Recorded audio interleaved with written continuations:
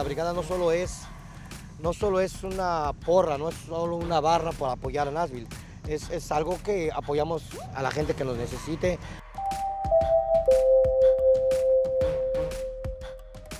Hi, I'm Meg, executive producer at Nashville Public Television, and on this series we talk about the little things that stood out to folks when they first moved to the region from another country.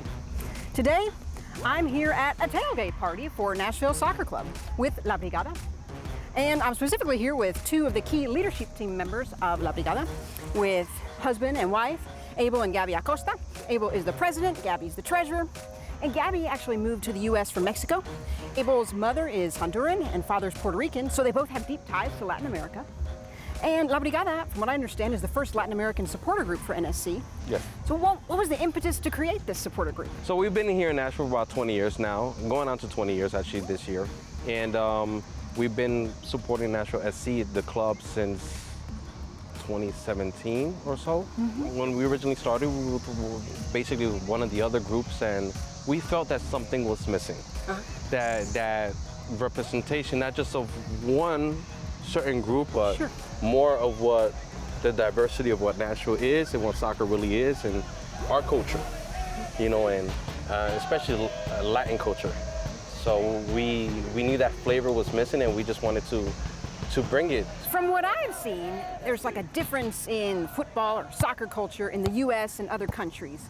Tell me about what you've noticed in terms of the different cultures and this experience about being a fan in the U.S. versus other countries, from what you've experienced, maybe seen from different games you've watched, or even heard from different members of La Brigada. Gabby, have you noticed anything? You notice a difference right away when you have a Mexican team coming over here to play. Okay. You see the hype, you see the fans getting more louder.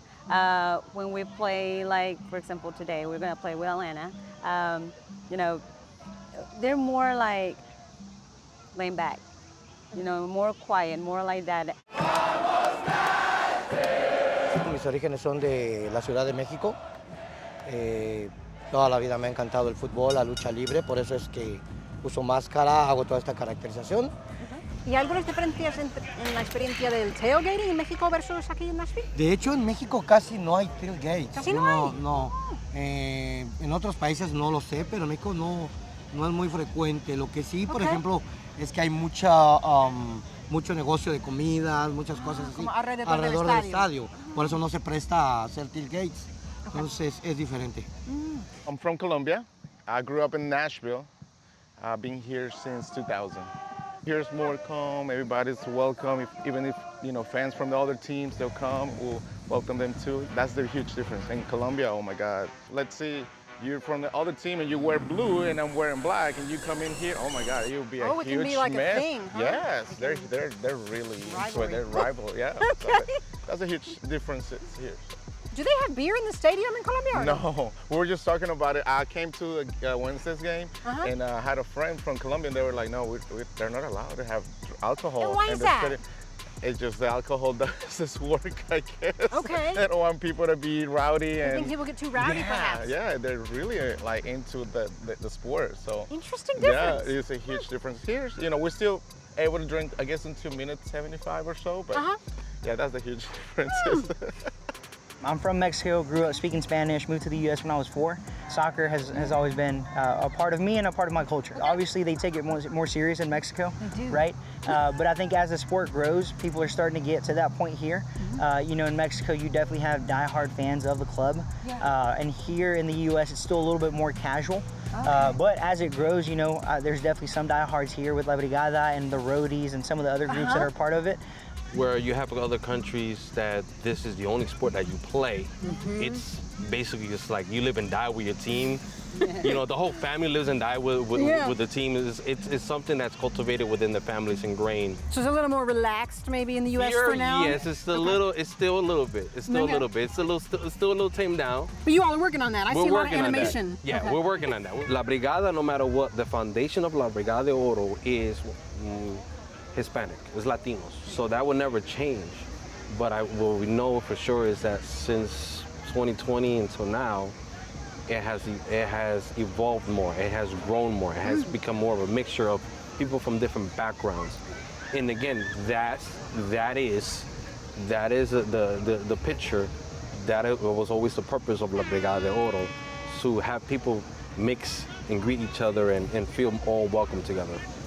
Love Yeah, that. building that bridge. That was always the intention. What's your favorite thing about La Brigada? My favorite thing about La Brigada is just the Hispanic flavor that they bring to the atmosphere. So the fact that La Brigada is able to bring some of those, tunes, some of those chants, some of that flavor, I think it's awesome. It just enhances the experience at the stadium. Everyone loves the chants. Everyone, I think they might be the Spanish chants might be some of the favorite ones at the stadium.